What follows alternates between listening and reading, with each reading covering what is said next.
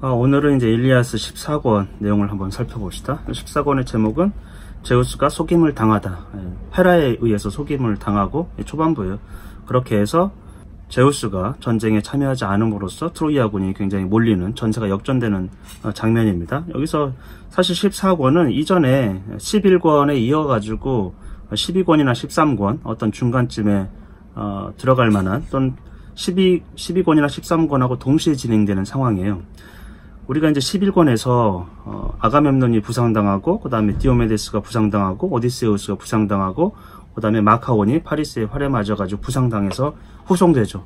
그때 후송하는 사람이 네스토르예요. 네스토르가 전차로 마카온을 후송했어요. 그래서 11권에서 보면은, 11권에 623명에 보면은 네스토르의 막사에서 헤카메데라는 그 여인이 밀주를 만들어주는 장면들이 있어요. 그 뒤에 이제 밀주를 마시고 네스토르는 파트로클로스를 설득했죠. 그 막사에서 파트로클로스 설득했고, 파트로클로스는 나가가지고 에오리필로스의 부상을 치료해주는 그런 장면으로 11권이 끝났고, 12권에서는 방벽 전투에서 그리스군이 굉장히 몰리는, 방벽이 이제 무너졌어요. 첫 번째 사르페돈에 의해서 무너졌고, 두 번째는 헥토르에 의해서 무너졌고, 헥토르가 이제 물밀듯이 쳐들어오는 장면인데, 이 이제 14권은 네스토르의 막사예요, 여전히. 이제 네스토르의 막사에서는 어떤 일이 벌어졌는가? 12권 어떤 중간, 또는 13권 어떤 시점에서 동일하게 지금 동시에 진행되는 상황이다, 이렇게 보시면 되겠어요. 네스토르의 막사에서 이제 술을 마시고 있어요. 지금 아스클레피오스의 아들 마카온하고 네스토르하고. 그러니까 11권 623행 거기서 이제 밀주를 마시는 모습이 있었잖아요. 고함 소리와 함성 소리가 너무 들리니까 마카온에게 이제 술을 마시면서 또 몸을 씻어줄 테니까 쉬고 있으면, 그리고 자기는 이제 밖에 나가가지고 망대에 나가 보겠소. 너무 지금 소란스럽고 어떤 상황인지, 전쟁이 어떤 상황인지 보겠다라는 것이죠. 환자를 두고 이제 나간 거예요. 나갈 때, 막사 밖으로 나갈 때 지금 네스토르가 자기의 아들 트라시메데스의 방패를 집어들었다라고 되어 있어요. 왜냐하면 아들이 방패를 가지고 나갔다라는 거예요. 네스토르 아버지의 방패를 가지고. 왜 그랬는지는 모르겠습니다만, 여기 14권에서는 방패가 굉장히 중요한 역할을 해요.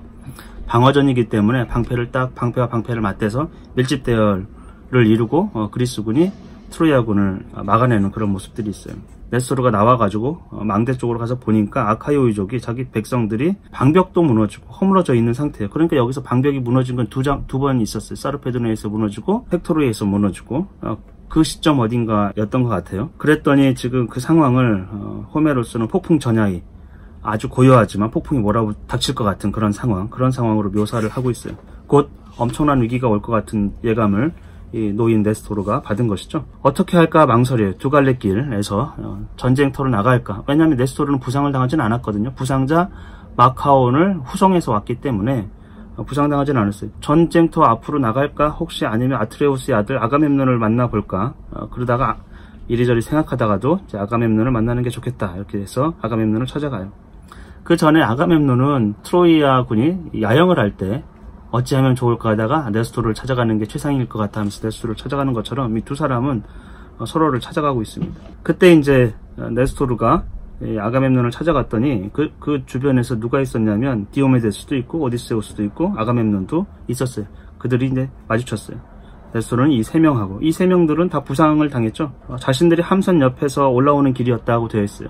그러니까 우리가 여기서 함선들이 대열을 보면 네스토르가 지금 아가멤논 막사로 아가멤논을 만나러 가는 거잖아요. 그러니까 아가멤논 막사로 갔겠죠. 그때 오디세우스, 디오메데스도 같이 있었기 때문에 이 사람들의 막사가 주변에서 중앙 쪽에, 오디세우스가 정중앙에 있었기 때문에 비슷하게 있었을 것이다. 오디세우스, 디오메데스, 그다음에 아가멤논, 네스토르의 막사들이, 이들이 왜 그 전쟁터에서 굉장히 멀리 떨어진 듯한 느낌을 주거든요. 전쟁에 직접 참여하지 않고 관망하고 있기 때문에. 그 이유를 호메로스는 이들의 함선은 바다 가까운 쪽에 있다라는 거예요. 그리고 저거하고 지금 방벽은 바다에서 먼 쪽에 있고, 근데 일렬로 함선을 세운 게 아니고 여러 겹으로, 여기 보면 여러 줄로 들어 올렸다 했어요. 그러니까 바다에 가까운 함선이 있고 그 앞쪽에 또 함선을 세우고 그 앞쪽에 또 함선을 세우고, 이런 식으로 여러 겹 되어 있는데, 이들의 막사는 가장 뒤에 있던 것처럼 표현되고 있어요. 그 전쟁터는 방벽은 먼 쪽, 앞쪽에 있고. 그래서 이들은 이제 그 함선 여러 줄로 끌어올려 두 갑으로 둘러싸인, 갑이라는 거는 육지와 바다가 만나는데 이 육지가 바다 쪽으로 쭉 길게 나가 있는 그런 육지 있죠. 바다 쪽으로 길게 나온 육지를 갑이라고 하는데, 그러니까 갑과 갑 사이에 이렇게 많이 있어가지고 그쪽으로 파도가 잔잔하잖아요. 그쪽 위에다 세워놨다 이렇게 보시면 되겠죠, 함선을. 그래서 그들도 전쟁터가 어떻게 되는지 궁금해가지고 부상자들이 전부 나와가지고 상황을 좀 지켜보고 있었던 거예요. 마치 막 홍수가 나면 저기 저지대는 어떻게 됐나, 강물이 어떻게 됐나 이렇게 보는 것처럼 이들이 마치 전쟁이 어떻게 되고 있는지를 보고 있어요. 디오메데스, 오디세우스, 아가멤논이 네스토를 보자마자 사기가 꺾이고 말았대요. 왜 그랬을까요? 자기들끼리 그 모습이 처량하고 전쟁터의 앞 상황은 굉장히 험악하고 불리한 상황이고 이러면서 네스토르까지 보니까 아마 사이가 나진 않았던 것 같아요. 그때 이제 네스토르를 만났을 때 아가멤논이 이야기를 합니다. 아가멤논의 마음, 이거 굉장히 자기로 인해 가지고 이 상황, 이 파멸이 닥친 걸 알고 있어요. 49행에 보면 훌륭한 정강의 바지를 댄 다른 아카이 오이족도 아킬레우스처럼 마음속으로 나에게 원한을 품고 백곰을 옆에 싸우기를 원치 않는 모양이구려, 이렇게 되어 있어요. 아킬레우스처럼 다른 아카이 오이족도 자기를 원망하고 있다, 이렇게 보고 있는 거예요. 자기가 지금 했던 일 때문에. 이 모든 원인은 아킬레우스하고 싸워서 이루어진 것이라는 것을 거의 모든 백성들이 알고 있다라는 거예요. 그렇지 않으면 헥토르가 지금 여기까지 나와가지고 용감하게 싸울 리가 없었어. 아킬레우스가 있었을 때는 그냥 성 안에 있었기 때문에. 그러면 이제 말을 받으면서 네스토르가 다시 자기가 얘기하는 게, 우리 자신을 위하여 55행입니다. 난공불락이 우리들이라고 믿었던 방벽조차 이미 허물어지고 말았으니 말이요.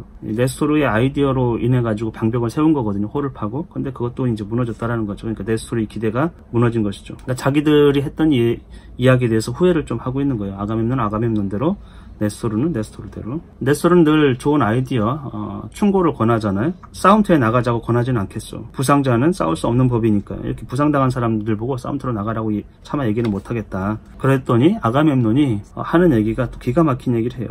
어쨌건 제우스의 뜻이 나를 이제 거짓 꿈을 통해 가지고 속였는데 속아 넘어갔죠. 미망에 의해 가지고 자기 스스로 속은 걸 알고 있어요. 제우스의 뜻이 이미 아카이오이족에게 망하게 하는 쪽으로 있고, 그것이 제우스의 즐거움인가 보다 하면서, 자 이제 모두들 내 말대로 합시다. 75행에 보면은 모든 함성들을 끌어내려 가지고 바다에 띄워, 그러니까 바다 쪽에 있는 함선들을 먼저 끌어내려서 바다 쪽에 띄우고 닷을 메어둡시다. 일단은 닷을 메어둔다라는 것은 이제 이 바다 쪽에 띄우면 바다의 파도에 가지고 함선이 그냥 혼자 떠내려 갈 수 있잖아요. 그렇지 못하도록 바다에 띄우되 닷을 메어두고, 그리고 나서 이제 철군 준비를 하는 거죠. 도망가자는 얘기예요. 그렇게 하면 이제 밤이 다가오면 함선들을 모두 끌어낼 수 있도록, 그러니까 지금부터 함선을 끌어내자는 거죠. 이 바다 쪽에 있는 거 몰래, 방벽에서는 안 보일 테니까. 그리고 밤이 되면 야음을 틈타 가지고 도망가자, 이러면서 80행에 자기 핑계를 댑니다.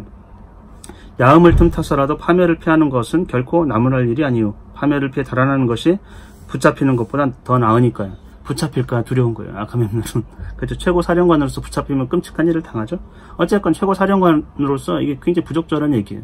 도망가자는 얘기예요. 4명의 왕들, 부상자와 네스토르 만나가지고 그런 얘기를 하고 있어요. 근데 앞에서는 전사들은 엄청나게 자기 희생을 하고 자기 목숨을 바쳐서 다 싸우고 있거든요. 근데 뒤에서 지금 왕이라는 자가 아가멤논은 도망가자고 얘기를 하고 있는 거예요. 도망가자는 얘기를, 아가멤논이 도망가자는 얘기는 벌써 3번째 하고 있어요.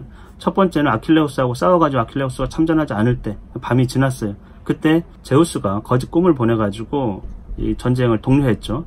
그래서 아가멤논은 아킬레우스 없이도 내 스스로 제우스의 은총을 입어가지고 전쟁을 이길 수 있을 것이다 해가 전쟁터에 나갈 때 병사들을 속였어요. 테스트 해보려고. 고향 땅으로 돌아갑시다 했더니 병사들이 더 좋아했죠. 그때 오디세우스가 그것을 통솔하면서 다시 전의를 불태웠던 장면이 있었고, 두 번째는 헥토르가 야영을 했잖아요. 그렇죠? 엄청 몰아붙여가지고 이제 헥토르가 야영을 하고 밖에서 이제 불을 밝히고 회토불이 막 1000개나 이렇게 막 불타오르고, 그때 밤에 아가멤논은 잠을 못 잤어요. 너무 불안해가지고. 그러면서 네스토르를 찾아가가지고 했던 얘기가 도망가는 게 좋겠다고 얘기했고, 그때 또 디오메데스가 굉장히 뭐라고 했어요.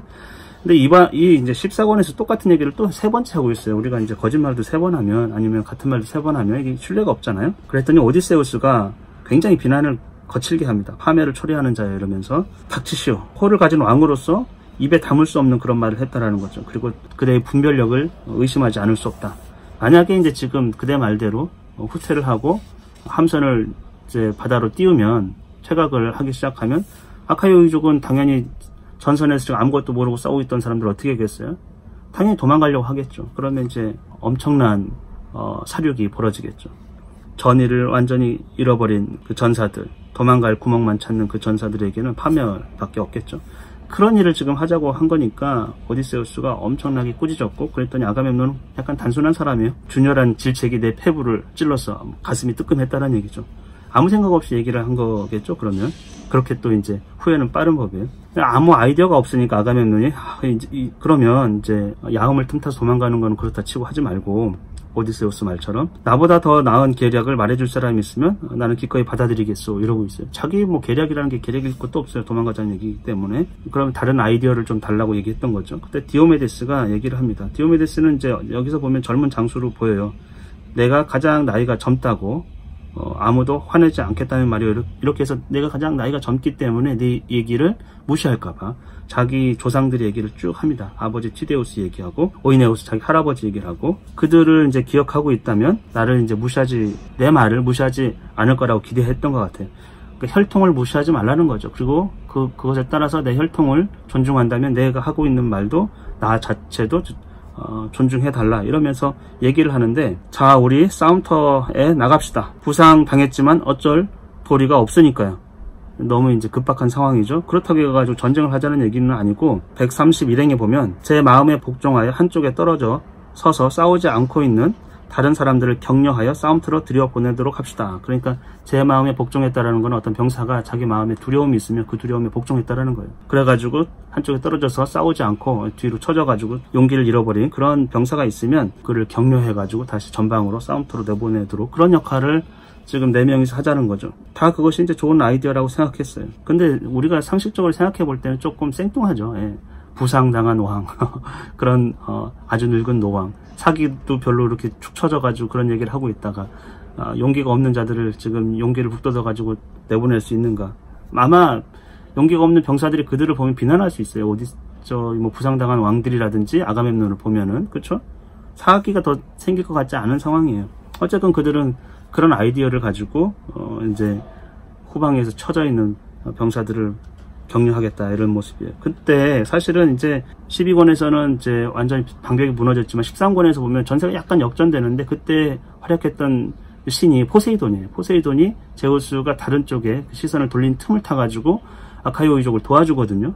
그 모습이 또 14권에서 그대로 나와요. 그때 대지를 흔드는 신 포세이돈이죠. 그가 노 전사의 모습을 하고서 그들을 쫓아가가지고 많은 이야기를 해주고 있어요. 근데 굉장한 아부를 떨고 있어요. 그래서 제 생각에 이 노 전사의 모습을 했다고 했는데 아마 네스토르가 아닌가 이런 생각이 좀 들긴 해요. 네스토르는 왜냐하면 아가멤논을 굉장히 좀 띄워주거든요. 그래서 아가멤논에게 이렇게 얘기합니다. 아트레우스, 야 아가멤논이요, 아킬레우스는 잔혹한 마음으로 이런 상황을 기뻐할 것이다. 그러니까 자기 백성들이 이렇게 죽어가는데도 자기 자신의 명예 때문에 이렇게 당하는 걸 기뻐할 것이다. 그에게는 분별심이라고 털끝만큼도 없으니까요. 이렇게 아킬레우스를 비난해주면 아가멤논이 좀 흐뭇해지잖아요. 그렇죠? 서로 싸웠으니까. 제발 그가 망하고 아킬레우스가 망하고 신이 그에게 치욕을 안겨주었으면 좋으련만. 이것이 이제 아가멤논의 마음에, 그 마음에 합한 얘기를 해주고 있는 사람은 오직 네스토르밖에 없었어요. 여기 전체 장수들 중에서도 보면 포세이돈이 네스토르의 모습을 하고 나타나서 이런 얘기를 해주는 게 아닐까 이런 생각이 좀 들어요. 그대에게는 신들이 전혀 노여하고 있지 않으니 그대는 그들이 함선들과 막사에서 도성으로 달아나는 것을 목격하게 될 것이오, 이렇게 얘기했어요. 포세이돈이 얘기하는 거는 아킬레우스를 조금 비난하고 있고, 아가멤논은 신들의 축복을 받고 있어서 신들이 당신에겐 노여하지 않고 있다. 그래서 결국에는 트로이아군들이 도성으로 도망가는 것을 목격하게 될 것이다, 이런 얘기를 해주고 있어요. 반은 맞고 반은 틀리고, 실제로 이제 나중에 도망가게 되니까. 그러면서 그는 들판을 내다르면서 큰 소리를 쳤는데 엄청나게 큰 소리를 쳤어요. 포세이돈이 10,000명의 전사들이 지르는 함성 같은, 인간의 소리는 아니죠. 엄청나게 큰 소리를 질렀어요. 그 결과 아카이오이족에게는 이제 큰 힘이 불어넣어지는 그런 상황이었어요. 그래서 전투를 더 쉬지 않고 지쳤을 텐데도 할 수 있는, 그것은 포세이돈이 도와줬기 때문에 가능한 일이죠. 그때 하늘에서는 헤라가 이거를 보고 있었어요. 근데 친오라비, 포세이돈이 너무 잘 활약하고 있는 거죠. 친오라비자 시아주본이. 그래서 포세이돈이 활약하는 모습을 흐뭇하게 보고 있었어요. 그러면서 자기 마음속으로 제우스를 원망했죠. 이 대산에서 아주 그리스군을 패망의 길로 몰아가고 있는 그 제우스를 원망하고 있으면서 제우스를 속일 궁리를 하고 있었던 거예요. 나는 무슨 일을 할까? 포세이돈도 저렇게 하고 있는데 이러면서 생각해보니까 곱게 치장을 하고 제우스하고 동침하는, 만약에 이제 자기가 곱게 치장하고 아름답게 하면은 제우스가 자기를 끌어안고 이제 동침하기를 원할 것이고, 그러면은 부드러운 잠을 쏟아 부어 놓을 수 있지 않을까? 그러면 제우스가 잠자는 사이에 하고 싶은 대로 마음껏 할 수 있지 않을까? 이런 생각을 하고 있는 거예요. 그것이 헤라의 계획이에요. 그 생각이 이제 떠오르자 그는 이제 안방으로 갔어요. 그 안방은 자기 아들인 헤파이스토스가 만들어준 것이고, 비밀 빗장이 있는데 이 빗장은 어느 신도 열 수가 없어요. 그러니까 제우스와 헤라가 거하는 그 안방에는 누구도 들어올 수가 없는 것이죠. 몸 치장하고 화장하고 뭐 하여튼 그런 몸을 꾸미는 장면이 나오는데, 이제 헤라가 하는 거죠. 첫 번째는 암브로시아로 몸의 때를 씻겼어요. 그러니까 목욕을 한 것이죠. 암브로시아는 원래 그 신들의 음식인데, 어쨌든 그걸로 이제 때를 벗겼어요. 그 다음에 올리브유를 발랐어요. 근데 그 신들의 올리브유예요. 그래서 향기가 굉장히 퍼지는, 목욕을 하고 그 다음에 향수를 바른 거죠. 그 다음에 머리를 따았어요. 이제 머리를 두 손으로 이렇게 따았다고 되어 있어요. 향기로운 의상을 몸에 둘렀어요. 근데 그 의상은, 저 옷은 누가 만들어줬냐면 아테네가 손수 만들어줬어요. 아테네는 직물이 여신이거든요. 배를 짜고 직물을 만드는, 이제 황금 브로치를 또 달았어요. 그리고 허리띠를 둘러맸어요. 이 장면을 우리가 인간이 지금 몸치장하는 거하고 똑같죠. 목욕하고 향수 바르고 옷을 입고 브로치 매고 이제 허리띠를 매고, 그렇죠? 그 다음에 이제 귀고리를 하고, 그랬더니 매력이 흘러 넘치고 있어요. 원래 헤라도 우리가 이제 굉장히 제우스를 시기 질투하고 이런 여신으로 보지만 아름다운 여신이에요. 아름다움으로 보면은 우리가 이제 황금사과 사건도 있었잖아요. 헤라하고 아프로디테하고 아테네. 그만큼 미에 있어서 자기 스스로 생각할 때도 다른 신에 빠지지 않는, 또 제우스의 아내라는 사실만 봐도 제우스가 한눈에 반했기 때문에 굉장히 아름다운 여신임을 우리가 알 수 있어요. 하여튼 매력이 흘러 넘쳤어요. 귀고리까지 하고, 그 다음에는 면사포를 썼어요. 면사포는 사실은 우리가 이제 신부에게 쓰는 그런 것인데, 그리고 샌들을 신었어요. 그렇게 몸치장을 마무리했어요. 마치 제우스와 첫사랑을 나누는 아름다운 신부의 모습을 하고 제우스의 마음을 사려고 하는 이제 헤라의 그 계획이죠. 그리고서는 이제 그렇게 몸치장만 해가지고 제우스 앞에 가는 게 약간 불안했는지 아프로디테를 불러가지고 아프로디테에게 이제 부탁을 합니다. 근데 헤라가 굉장히 지혜로운 게, 아프로디테에게 부탁하는데 이렇게 보세요.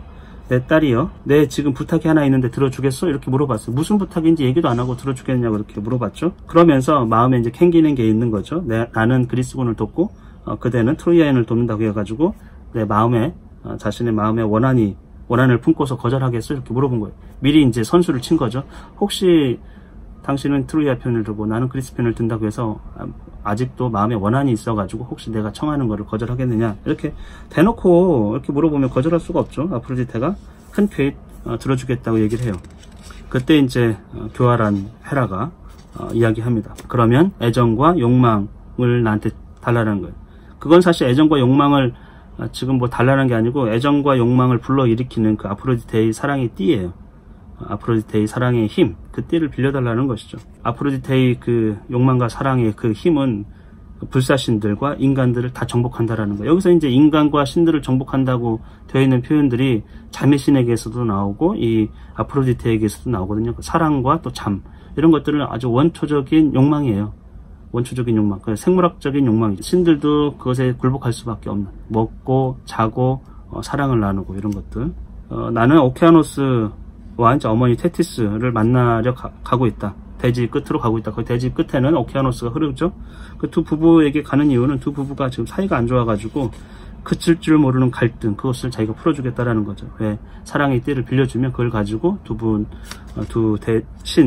신을 달래보겠다. 사랑을 더 나누게 해보겠다라는 거예요. 애정과 잠자리를 같이 하지 않은 지 벌써 오래됐다라는 거예요. 그런 소문이 신들 사이에 퍼졌는지 어쩌는지 모르겠어요. 보통 이제 전승에서는, 다른 신화에서는 없는 얘기를 지금 호메로스가 하고 있는데, 대지 끝 오케아노스와 테티스를 만나러 가겠다는 이유가 그때 자기를 돌보아 주었다고 그래요. 자기 어머니 레아에게서 자기를 헤라를 데려다가 오케아노스와 테티스가 헤라를 돌봐줬다라는 거예요. 그때가 언제냐면 제우스가 크로노스를 대지와 출소할 수 없는 바다 밑에 가두었을 때, 그러니까 티타노마키아, 티탄들, 신들과 제우스를 비롯한 올림포스 신들이 싸웠잖아요. 전쟁을 했는데, 그때 여신들 헤라를 비롯한 그 여신들이 어디에 있었는가, 그 여신들도 싸웠는가, 그렇게 봤을 때는 여기 표현을 보면은 오케아노스 쪽으로 가가지고 피해 있었던 거예요. 그때 오케아노스가 돌봐줬던 거죠. 근데 오케아노스는 티탄 신족인데 크로노스의 편에 들지 않았어요. 중립을 지켰어요, 사실. 그래서 그 이후에도 뭐 제우스로부터 어떤 징계를 받거나 그러진 않고 자기 위치를 굳건하게 지켰던 신이죠. 그리고 그 오케아노스의 후손들이 엄청나게 많은 신들이 있잖아요. 아무튼 그런 사연으로 인해 가지고 헤라가 자기가 이제 가보겠다라는 거죠. 자기 마치 부모님 같은 이런 느낌을 주고 있어요. 오케아노스와 테티스를. 그랬을 때 아포로디테가 대답하기를 뭐 그대의 청을 거절한다는 거는 가능하지도 않다, 어울리지도 않다라고 얘기하죠. 자기 가슴에서 그 띠를, 애정과 욕망의 그 띠를 빌려줍니다. 여기서 보면 그 띠가 갖고 있는 능력이 있는데 애정과 욕망, 또 사랑의 미러, 설득 이런 것들이 들어있어요. 그래가지고 누구도 그것을 거부할 수 없는 모든 인간과 신들을 정복하는 그 띠예요. 그래서 그걸 이제 빌려가지고 헤라가 자기 가슴속에 넣고 이제 바로 제우스에게 가는 게 아니고 이번에는 렘노스 섬에 가가지고 230행에 보면은 신과 같은 토아스의 도시인 렘노스에 닿았다 이렇게 돼 있거든요. 토아스는 디오니소스의 아들이에요. 원래 이제 아드리아네, 크레테 섬에 있었던 그 아드리아네, 원래 이제 테세우스가 미노타우루스를 격퇴하기 위해서 아테네에서 이제 왔잖아요. 그때 아드리아네의 도움으로 인해 가지고 그 괴물 황소를 죽이거든요. 그런데 테세우스가 그만 자기 이제 아드리아네를 아내로 삼기 위해서 데리고 왔는데 그만 섬에다, 낙소스 섬에다 놓고서 아드리아네가 잠든 사이에 그냥 혼자 아드리아네를 두고 떠났어요. 테세우스를 위해서 엄청난 기여를 한 그녀가 버림받았잖아요. 그 버림받은 아드리아네를 디오니소스가 좋게 보고 사랑을 나눠가지고 그 낳은 아들이에요. 토아스예요. 그래서 여기 토아스는 그리스군 장수 토아스가 아니고 지금 디오니소스 아들 토아스, 렘노스 섬에 찌하에 이제 거했나봐요. 그 렘노스 섬에 닿아가지고 거기에서 이제 죽음의 신의 아우인 자메신을 만났다 이렇게 되어 있어요. 죽음의 신하고 자메신은 형제지간이에요. 죽음의 신은 타나토스이고 자메신은 힙소스예요. 그들은 다 닉스, 밤의 자식들이에요. 자메신을 꼬시고 있는 거예요. 나랑 같이 가가지고 제우스를 이 잠으로 재워달라 이런 얘기를 하니까 당연히 이제 이 얘기가 굉장히 자메신에게는 좋은 어떤 제안이 아니거든요. 그러니까 섣불리 할 수 있는 행위가 아니라는 거죠. 헤라가 어떻게 자메신을 설득하고 있는지를 우리가 한번 봅시다. 첫 번째는 바로 얘기를 해요. 내가 제우스를 껴안고 그의 곁에 눕거든 그대는 지체 없이 그의 눈썹 및 번쩍이는 두 눈을 잠들게 해주세요. 번쩍이는 두 눈을 잠들게 해달라는 거예요. 내가 이제 동침하고 있으면 그러면 영원히 멸하지 않는 아름다운 황금 보좌를 선물로 주겠다라는 이제 뇌물을 쓰는 거죠. 그러면서 발판도 주겠다. 덤으로 발판과 보좌를 세트로 해서 주겠다라고 해요. 그랬더니 자메신이 거부를 합니다. 예전에 얘기를 해요. 이거는 뭐 오케아노스 정도만 돼도 내가 어떻게 해볼 수 있는 제우스만은 절대 될 수가 없다. 명령하지 않는 한 내가 가까이 갈 수도 없고 눈에 띄면 또 왜 왔어 이렇게 할 수 있으니까 눈에 띄지 않아야 되는데 잠들게 할 수도 없다. 예전에도 한번 혼쭐 난 적이 있는데 그때도 헤라의 요청에 의해 가지고 자메신이 제우스를 재웠어요. 그때는 헤라클레스가 트로이아를 점령하고 나서 트로이아를 완전히 라오메돈과 그 자식들을 다 죽였죠. 프리아모스 왕 빼고는.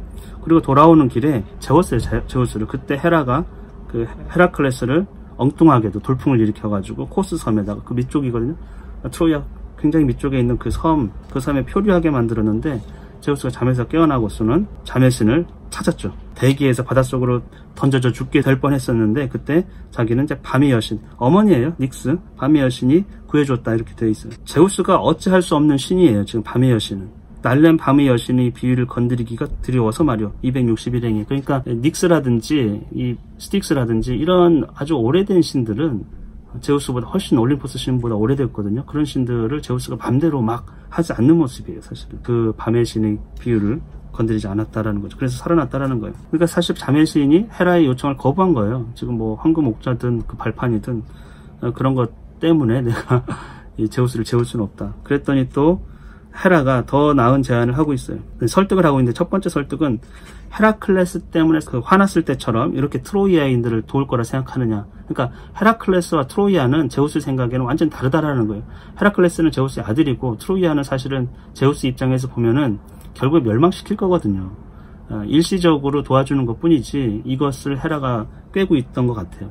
그러니까 헤라클레스하고 트로이아는 완전히 다르다. 제우스가 대하는 것도 헤라클레스에게 못된 짓 했던 때하고 지금 트로이아 못된 짓 했을 때는 트로이아는 뭐 사실 헤라클레스의 마음에 아들 같지는 않으니까 전처럼 하지는 않을 거라는 얘기고 또 하나는 카리테스 여신. 카리테스는 산미신이에요. 세 명의 아주 아름다운 여신이고, 보통은 아프로디테 여신을 호위하는, 아프로디테 여신을 따라다니는 그 여신들이에요. 그리고 아프로디테 여신에게 옷도 만들어주고 이런 역할을 하고 있어요. 그 산미신 가운데 하나인 파스텔을 신부로 주겠다고 얘기를 해요. 카리테스 여신이 나오는데, 이게 호메로스의 카리테스 여신은 약간 다른 전승들하고는 좀 다르거든요. 원래 이들은 에우리노메의 딸이에요. 에우리노메하고 제우스 사이에서 난 딸이에요. 에우리노메는 오케아노스와 테티스, 큰 강의 신인 둘 사이에서 난 그 딸인데, 에우리노메는 이 호메로스 일리아스에 보면은 헤파이스토스를 양육했다고 돼 있어요. 테티스 여신, 아킬레우스의 어머니하고 함께 헤파이스토스를 양육했다. 던져졌을 때 말이죠. 그 에우리노메하고 제우스 사이에서 난 딸이에요. 카리테스. 3명인데, 그 중에서도 보면은 호메로스는 일리아스에서는 카리스라고, 카리테스는 복수고 3명, 카리스는 단수를 얘기하는데, 그 카리스, 그냥 카리스라고 표현했는데, 대개는 이제 아글라이아라는 카리테스 산미신 3명의 여신 중에서 그 하나, 그가 이제 헤파이스토스의 부인으로 나와요. 그래서 원래는 아프로디테가 헤파이스토스의 부인으로 많이 전해지고 있는데, 호메로스는 그것과는 전혀 상관없이 아프로디테는 제우스의 딸이고, 헤파이스토스의 아내는 산미신 카리스, 아글라이아라고 표현하고 있어요. 그래서 그 중에 하나를 지금 주겠다라는 거죠. 그랬더니 자미신이 너무 기뻐가지고 바로 받지 않고 철저합니다. 자미신도 스틱스 강에 대고 맹세를 하라. 크로노스를 둘러싸고 있는 하계의 모든 신들, 이 티탄 신들을 얘기하는 거죠. 타르타노스에 완전 감금되어 있는 그 신들의 이름으로 이제 맹세를 하라. 그래서 헤라가 그런 맹세를 해요. 그래서 둘이서 제우스를 찾아가는데, 일단은 자미신은, 그러니까 제우스의 눈이 띄면 안 된다고 했었잖아요. 그래가지고 전나무까지 위에 이렇게 산새의 모습을 하고 앉아 있어요. 그 사이에 이제 헤라는, 그러니까 자미신은 동물로 새로 변해가지고 앉아 있고, 헤라는 제우스 쪽으로 갔어요. 제우스가 그녀를 보자마자 애욕이 사로잡았어요. 제우스를. 사랑의 마음이. 둘이서 부모님 몰래 잠자리로 가서 처음으로 사랑을 동침하던 그때처럼, 첫사랑 때를 얘기하는 거, 첫 동침 때, 첫사랑 때 그런 욕망이 불어난 것처럼 지금 헤라를 보는 순간 제우스의 마음에 그와 같았어요. 왜냐면 헤라가 막 연사포도 쓰고 옛날 모습 그대로 치장했던 것 같아요. 헤라가 얘기를 하죠. 나는 이제 오케아노스와 테티스를 만나러 간다. 두 분 사이를 화해시키려고. 그랬더니 제우스가 그런 일이라면 나중에 가도 되니까 지금은 나하고 잠자리를 나누자, 사랑을 나누자, 이런 얘기를 해요. 그러면서 이제 제우스가 한 이야기 중에서 굉장히 이상한 얘기인데, 애욕이 자기를 사로잡았는데 사랑하고자 하는 그 욕구죠. 이렇게 자기 마음속을 그렇게 사로잡은 적이 없다라는 거예요. 그러면서 예전에 자기가 사랑을 품었던 여신들, 또 인간들, 여자들 목록을 쭉 나열하고 있어요. 자기 과거 연애사를 얘기하고 있는데, 이 얘기를 자기 부인에게 얘기하면 내 예전에 누구하고 사랑을 했고, 누구하고 사랑했고, 누구하고 사랑했고, 그래서 어떤 아들을 낳았고, 이런 얘기를 줄줄줄 하고 있으면 헤라가 기분이 좋을 리가 없을 텐데, 제우스가 지금 너무 헤라에게 반했는지 실없는 소리를 계속 하고 있어요. 여기 한번 봅시다. 페이리토스를 낳아준 익시온의 아내 디아를 얘기하는 거예요. 페이리토스는 테세우스와 아주 친한 사이고, 테세우스와 함께 헬레네도 납치했고, 또 지하 하데스에 내려가서 페르세폰에도 납치하겠다고 가가지고 잠의 의자, 깨어나지 못하는 그 의자에 앉아가지고 영원히 하데스에 갇히게 된 인물이에요. 토스도 이 디아하고 제우스 사이에서 난 아들이었어요. 그리고 이와 관련해서는 일리오스에서도 좀 나오는데, 페이리토스가 히포타메이아와 결혼하는 그 결혼식 날 여러 사람들을 막 불렀죠.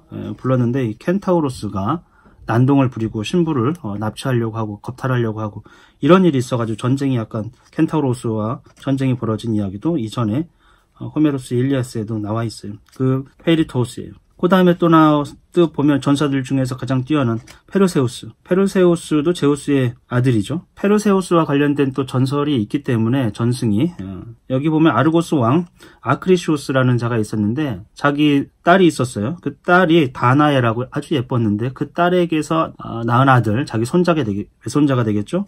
그에게서 죽음을 당할 것이다 라는 예언 때문에 그 딸을 청동 탑에 가두어요.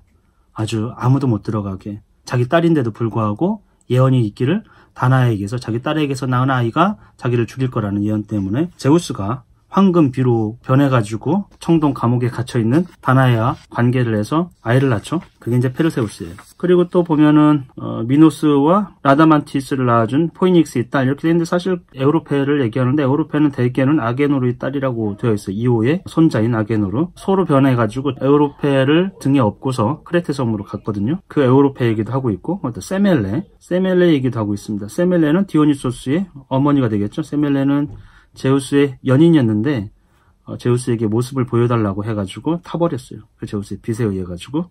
그 다음에 테베의 알크메네. 그 알크메네도 제우스의 사랑을 받았죠. 근데 알크메네는 이제 헤라클레스를 낳았어요. 헤라클레스의 어머니인데 알크메네의 그 남편 암피트리온, 그 암피트리온의 모습을 하고서 제우스가 몰래 알크메네와 관계해서 헤라클레스를 낳았어요. 그리고 또 하나는 데메테르, 곡물의 여신, 땅의 여신, 데메테르하고도 사랑을 했다. 그래서 이제 페르세포네를 낳았죠. 페르세포네, 하데스의 부인이 되는 페르세포네도 제우스의 딸이에요. 그리고 레토, 아폴론과 아르테미스 여신의 그 어머니인 레토와 사이에서도 제우스가 신들을 낳았고, 하여튼 이렇게 많아요. 레다 또 있죠, 레다. 헬레네의 어머니, 백조로 변해가지고 또 관계를 하는.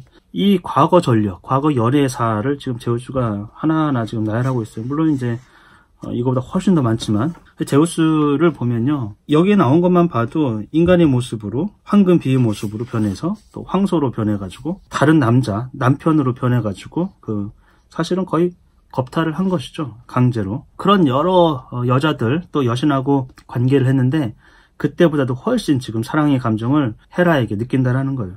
이게 지금 자랑인지 헤라를 띄워주려고 하는 건지, 인간 같았으면 큰일 날 얘기죠.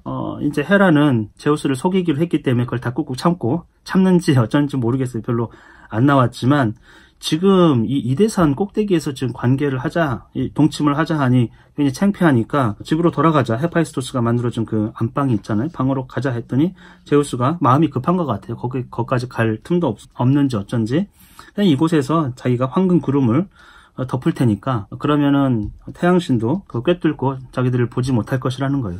그래서 그 자리에서 황금 구름을 덮어가지고 헤라하고 제우스가 잠자리를 하게 됩니다. 동침을 하게 돼요. 근데 이 동침 장면이 이런 식으로 묘사되어 있어요. 347행 이렇게 보시면 신성한 대지가 이슬을 머금고 클로버, 또 크로커스, 히아신스 같은 싱그러운 새 풀들을 두껍고 부드럽게 돋아나게 했다.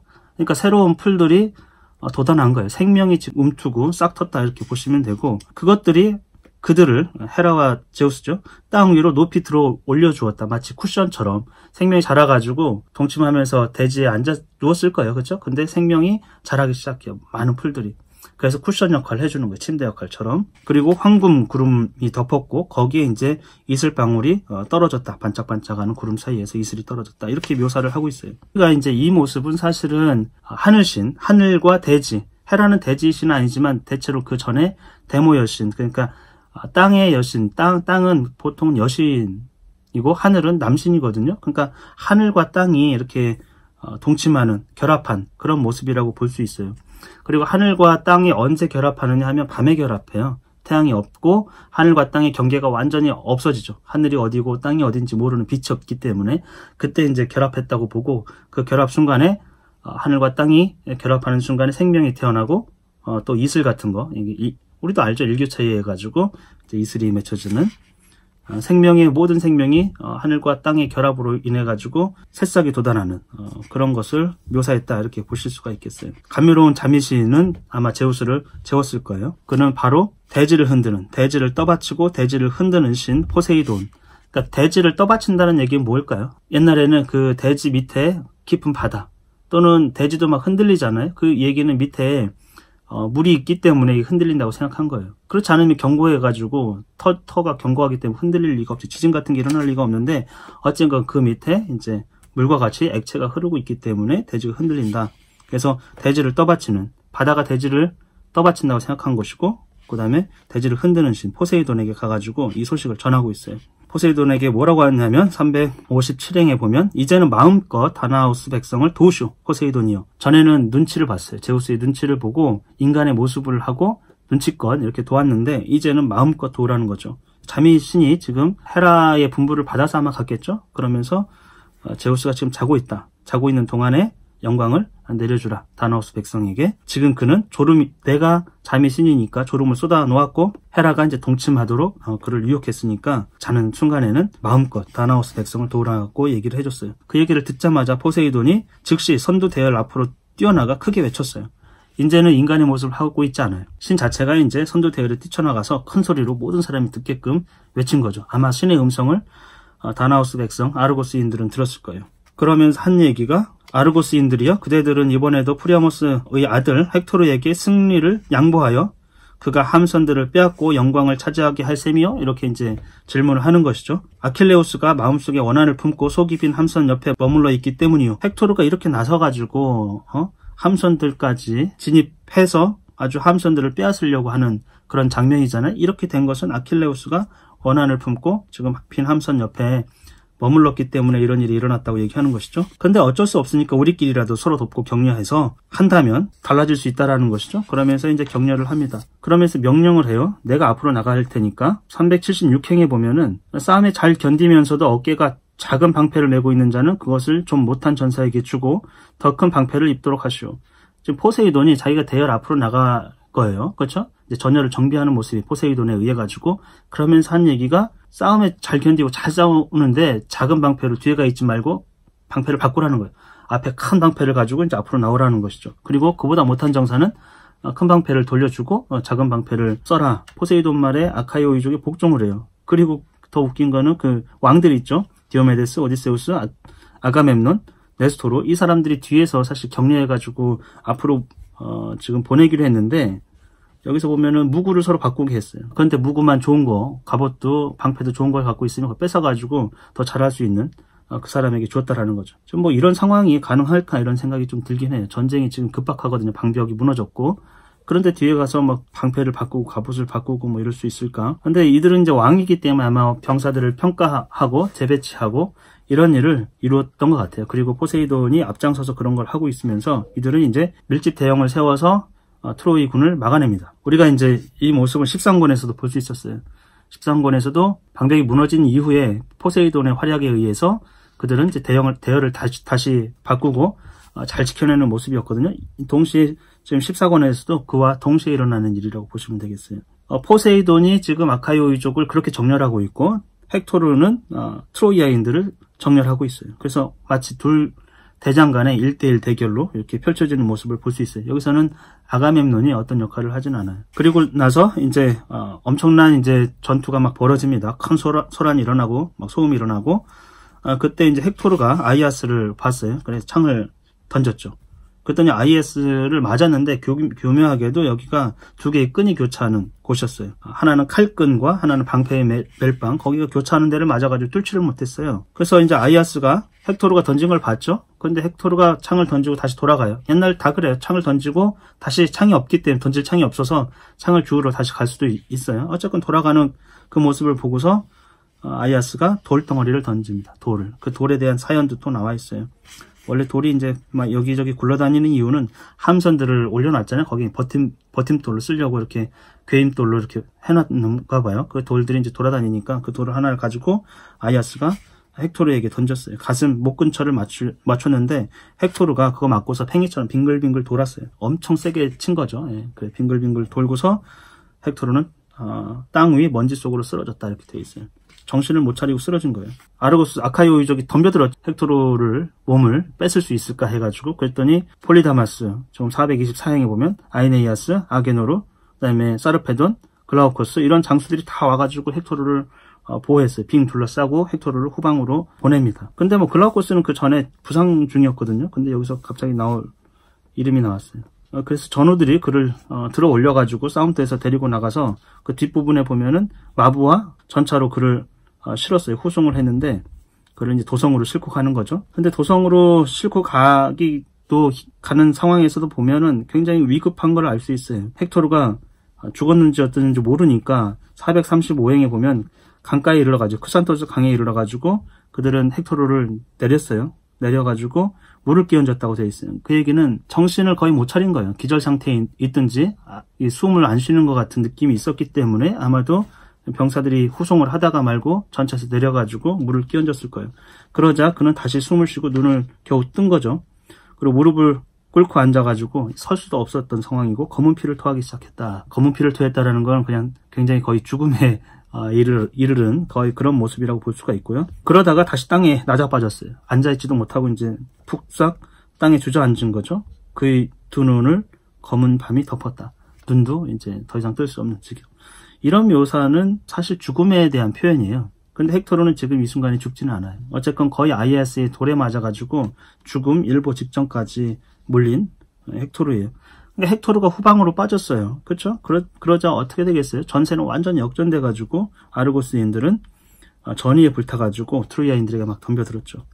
여기도 이제 여러 장수들이 죽이고 죽는 모습이 있어요. 첫 번째 작은 아이아스가 사트니오스라는 자를 창으로 찔러가지고 죽였어요. 그랬더니 폴리다마스가 이번에는 그리스군이 트로이아군을 죽였는데 트로이아군이 폴리다마스, 헥토르의 부관이죠. 헥토르는 실려나갔고 폴리다마스가 그리스군 프로토에노르라는 자를 죽였어요. 그리고 곧 큰 아이아스가 안테노르의 아들 아르켈로코스를 죽였어요. 안테노르의 아들은 여럿이 나오는데 대부분 그냥 이름도 없이 죽는 경우도 있어요. 그랬더니 안테노르의 아들이 죽었잖아요. 그러면 아카마스도 안테노르의 아들이란 말이죠. 그 아카마스가 자기 형제가 죽은 것을 알자 덤벼들었고, 근데 이제 아이아스를 맞추지는 못했고 프로마코스를 맞췄어요. 프로마코스가 죽었어요. 그러자 또 그리스군에서는 페넬레오스라는 자가 일리오네오스를 맞춰서 죽였어요. 일리오네오스는 일로스 또는 트로이아 이 이름이잖아요. 마치 트로이가 곧 멸망할 것 같은 그 이름에서도 보면 그런 걸 좀 느낄 수가 있겠어요. 서로 죽이고 죽고 이런 모습이 나오는데 그 뒤에는 일방적으로 그리스군이 트로이아군을 사륙하는 장면이에요. 508행에 보면 이 호메로스는 시인은 무사히 여신들을 부르고 있어요. 왜냐하면은 너무 죽인 자가 많아가지고 그 목록을 외울 때 기억을 잘하게 해달라고 무사히 여신들을 부르고 있는 거예요. 508행에 보면은 이제 말씀해 주소서 올림포스의 궁전에 사시는 무사히 여신들이여, 대지를 흔드는 이름 높은 신이 전세를 바꾸어 놓았을 때 아카이오이족 중에서 누가 맨 먼저 피 묻은 전리품을 얻었나이까. 그러니까 대지를 흔드는 이름 높은 신은 포세이돈이죠. 포세이돈에 의해서 전세가 역전되었어요. 그렇죠? 그리고 헥토르가 아이아스의 돌에 맞아가지고 실려나가고, 그랬을 때 누가 전리품을 얻었나, 너무 많아가지고 누가 누구를 죽이고 그래서 무사히 여신들 부르고 있는 것이죠. 무사히 여신들은 무네모신의 메모리, 그러니까 기억을 관장하는 그 여신의 딸들인데 아홉으로 되어 있습니다. 여러 가지 서사라든지 시라든지 음악이라든지 이런 것들을 담당하는 여신이에요. 거기서 보면 계속 일방적으로 그리스군이 트로이아군을 죽이고 있어요. 계속 누가 누구를 죽이고 그 중에서도 특별히 520행에 보면은 가장 많이 죽인 것은 오일레우스의 날렌 아들 아이아스였다. 오일레우스의 아들은 작은 아이아스를 얘기해요. 달아나는 적군을 향해 가지고 재빨리 추격하는 데는 그를 당할 자가 아무도 없어서 이 날렌 아이아스, 그 작은 아이아스가 가장 많은 적을 죽였다고 했는데 누구를 죽였는지 구체적으로 나와 있지는 않아요. 사실 작은 아이아스는 성품이 별로 그렇게 좋지를 못합니다. 나중에 트로이를 점령할 때 카산드라를 아테네의 신전에서 겁탈을 해요. 그 죄가 굉장히 크거든요. 그의 행실이 굉장히 좋지 못한 모습이에요. 그래서 일리아스에서도 엄청 공을 세운 것 같이 얘기를 하지만 한 줄로 그냥 표현해버리고 있죠. 어떤 사람을 누구누구를 죽였다는 것도 없어요. 그냥 가장 많이 죽인 것은 날렌 아이아스였다. 이런 정도로 표현을 하고 있어요. 그래서 오늘은 14권에 대해서 간단하게 다루어 보았습니다.